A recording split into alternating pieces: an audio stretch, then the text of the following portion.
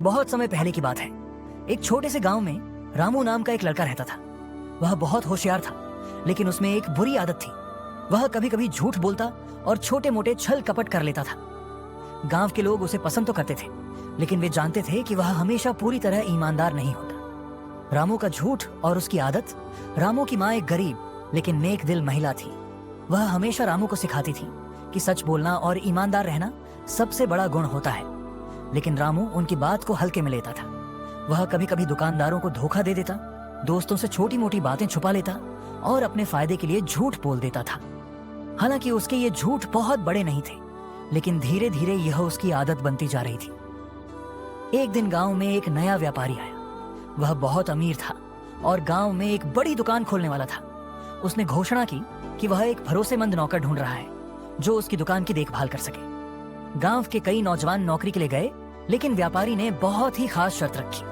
उसे एक ऐसा व्यक्ति चाहिए जो सबसे अधिक ईमानदार हो। रामू का लालच और परीक्षा रामू को भी यह नौकरी चाहिए थी, क्योंकि व्यापारी अच्छी तनख्वाह देने वाला था। लेकिन उसे डर था कि अगर व्यापारी ने उसकी पिछली आदतों के बारे में पूछ लिया तो वह पकड़ा जाएगा। फिर भी उसने हिम्मत जुटाई और नौकरी के लिए आवेदन कर दिया। व्यापारी ने सभी उम्मीदवारों को एक एक करके बुलाया और उनसे कुछ सवाल पूछे। जब रामू की बारी आई तो व्यापारी ने मुस्कुराते हुए कहा, इस नौकरी के लिए सबसे जरूरी चीज है ईमानदारी। क्या तुम पूरी तरह से ईमानदार हो? रामू ने बिना सोचे समझे कह दिया, हाँ, मैं पूरी तरह से ईमानदार हूं। व्यापारी ने उसे ध्यान से देखा और फिर एक अनोखा काम सौंपा। उसने सभी उम्मीदवारों को एक एक बीज दिया और कहा, तुम सभी को ये बीज अपने घर ले जाकर एक गमले में लगाना है और 1 महीने बाद वापस लाना है।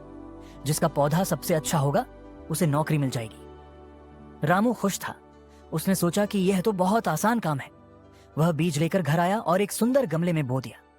वह हर दिन उसे पानी देता और धूप में रखता, लेकिन हफ्ते भर बाद भी बीज अंकुरित नहीं हुआ। वह परेशान हो गया। उसने और भी कोशिश की, लेकिन बीज से कोई पौधा नहीं निकला। सच्चाई का सामना 1 महीना पूरा हो गया और सभी उम्मीदवार अपने अपने गमले लेकर व्यापारी के पास पहुंचे। कुछ के गमलों में सुंदर हरे पौधे थे तो कुछ में फूल भी खिले हुए थे, लेकिन रामू के गमले में सिर्फ मिट्टी थी। कोई पौधा नहीं निकला था। रामू बहुत घबराया। उसने सोचा कि अगर वह इस गमले को लेकर जाएगा तो सब उसका मजाक उड़ाएंगे और उसे नौकरी नहीं मिलेगी। वह सोचने लगा कि किसी और पौधे को खरीद कर ले जाए, लेकिन उसकी माँ ने उसे रोका और कहा, अगर तुम सच्चे हो तो वही दिखाओ। ईमानदारी का यही पहला सबक है। रामू ने हिम्मत जुटाई और अपने सूखे गमले के साथ व्यापारी के पास पहुंच गया। जब उसने देखा कि बाकी सबके गमलों में हरे भरे पौधे हैं तो उसका दिल डूबने लगा।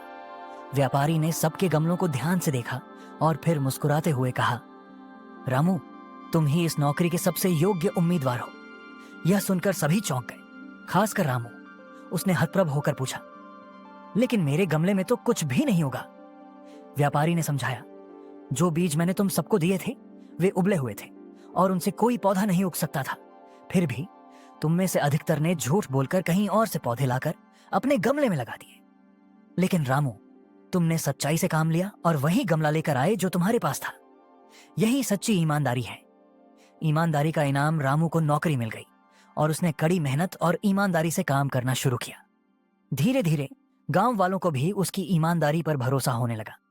उसकी मां को गर्व हुआ कि उनका बेटा अब सच्चा और ईमानदार बन गया था। इस घटना ने रामू की पूरी जिंदगी बदल दी। अब वह कभी भी झूठ नहीं बोलता और न ही किसी को धोखा देता। उसकी ईमानदारी ने उसे न केवल नौकरी दिलाई, बल्कि सम्मान और सच्चे दोस्तों का साथ भी दिलाया। इस कहानी से हमें यह सीखने को मिलता है कि ईमानदारी सबसे बड़ा गुण है। झूठ और धोखे से हमें कुछ समय के लिए सफलता मिल सकती है, लेकिन लंबे समय में केवल सच्चाई ही हमें असली सम्मान और सफलता दिलाती है।